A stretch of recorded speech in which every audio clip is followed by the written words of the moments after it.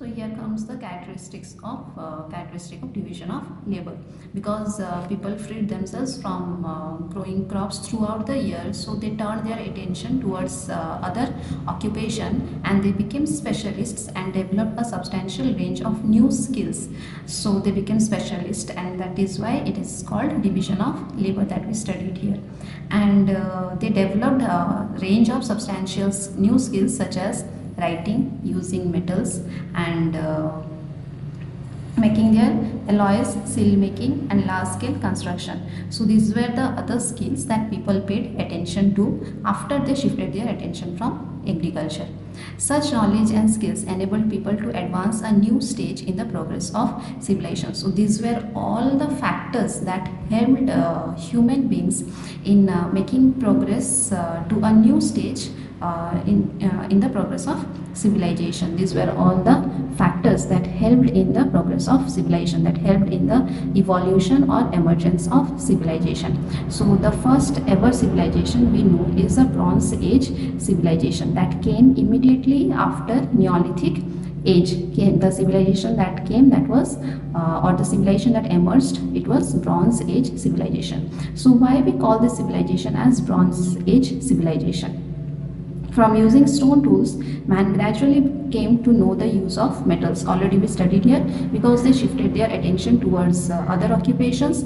So using of metals also became another occupation of human beings, which led to the emergence of Bronze Age civilization. So they used metals in their day-to-day lives. Along with the stones, they used metals in their day-to-day lives. Metals were more durable than stone and could be used for making a variety of tools, implements, and weapons. So this was the advantage of metals that human beings saw, and that is why they started using metals more and more in making tools, implements, and weapons, because of its durability. Metals were more durable.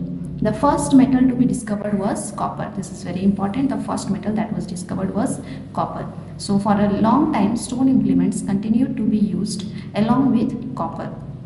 So stone and copper, they were being used side by side. And this period, when man started using copper in their daily lives for making various tools, implements, and weapons, that period came to be known as Chalcolithic period. So from Neolithic period started Chalcolithic period. Chalcolithic period led to the emergence of Bronze Age civilization. So since people started using copper, that period came to be known as Chalcolithic period.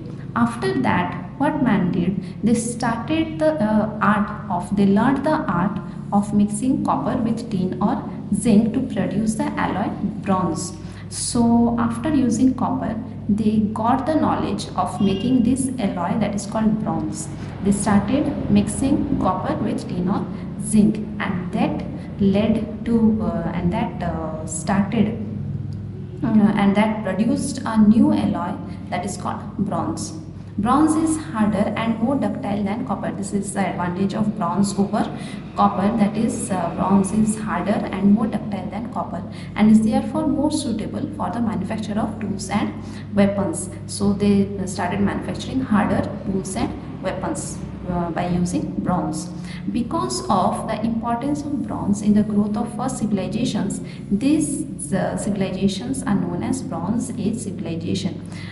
Because of the use of copper, this period was known as Chalcolithic period, because of use of bronze, that civilization came to be known as Bronze Age civilization. So by about 2500 BC, 4 Bronze Age civilizations emerged. Here we will see the 4 Bronze Age civilizations, and these were also the important civilizations that emerged in human history. So these were the Bronze Age civilization. That is Harappan Civilization in northern western parts of India and Pakistan. Harappan Civilization was discovered in northern and western parts of India and Pakistan. Then comes this Mesopotamian Civilization that emerged on the banks of river Euphrates and Tigris in modern Iraq. Now it is modern Iraq.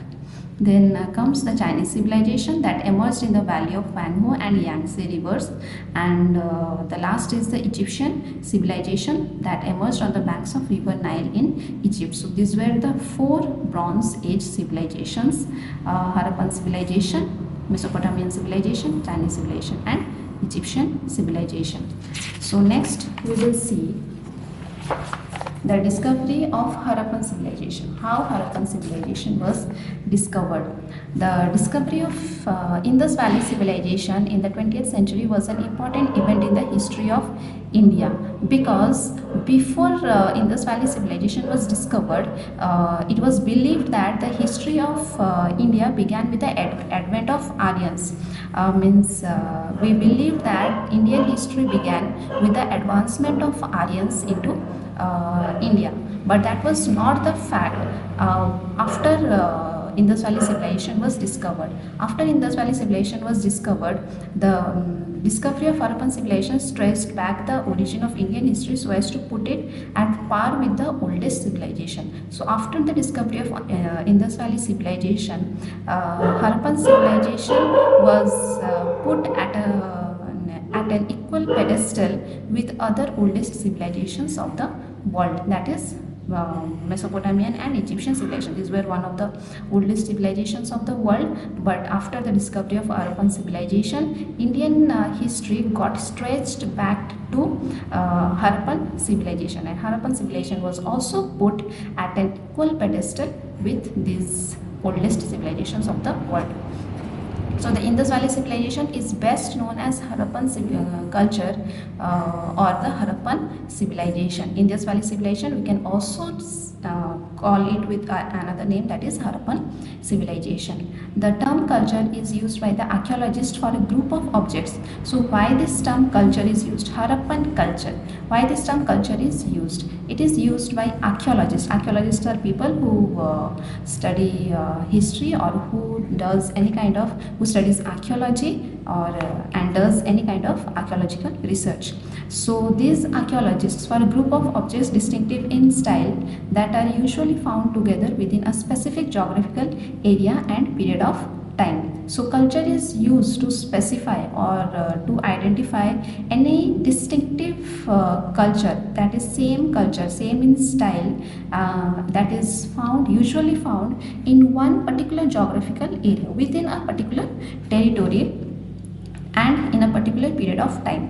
That specific objects, that specific group of objects having same style, found within the same geographical area and in a period of time, that particular group of objects, we can term it as culture. In case of Harappan culture, these distinctive objects are seals. So why we say Harappan culture? Because the common objects that were found, or the distinctive objects that were found, were the seals, weights, stone blades, and baked bricks. These were the objects that were found after that particular area was excavated. It is also called the Harappan civilization. Why Harappan civilization is called so? Because Harappan site was the first to be discovered in 1921 at the modern site of Harappa, situated in the province of West Punjab in Pakistan. This is the particular area where Harappan site was discovered, and since that was the first site to be discovered, that is why we call it, the civilization, we call it as Harappan civilization. Mohenjo-daro was discovered in 1922. After that, in 1921, Harappan civilization was discovered in 1922.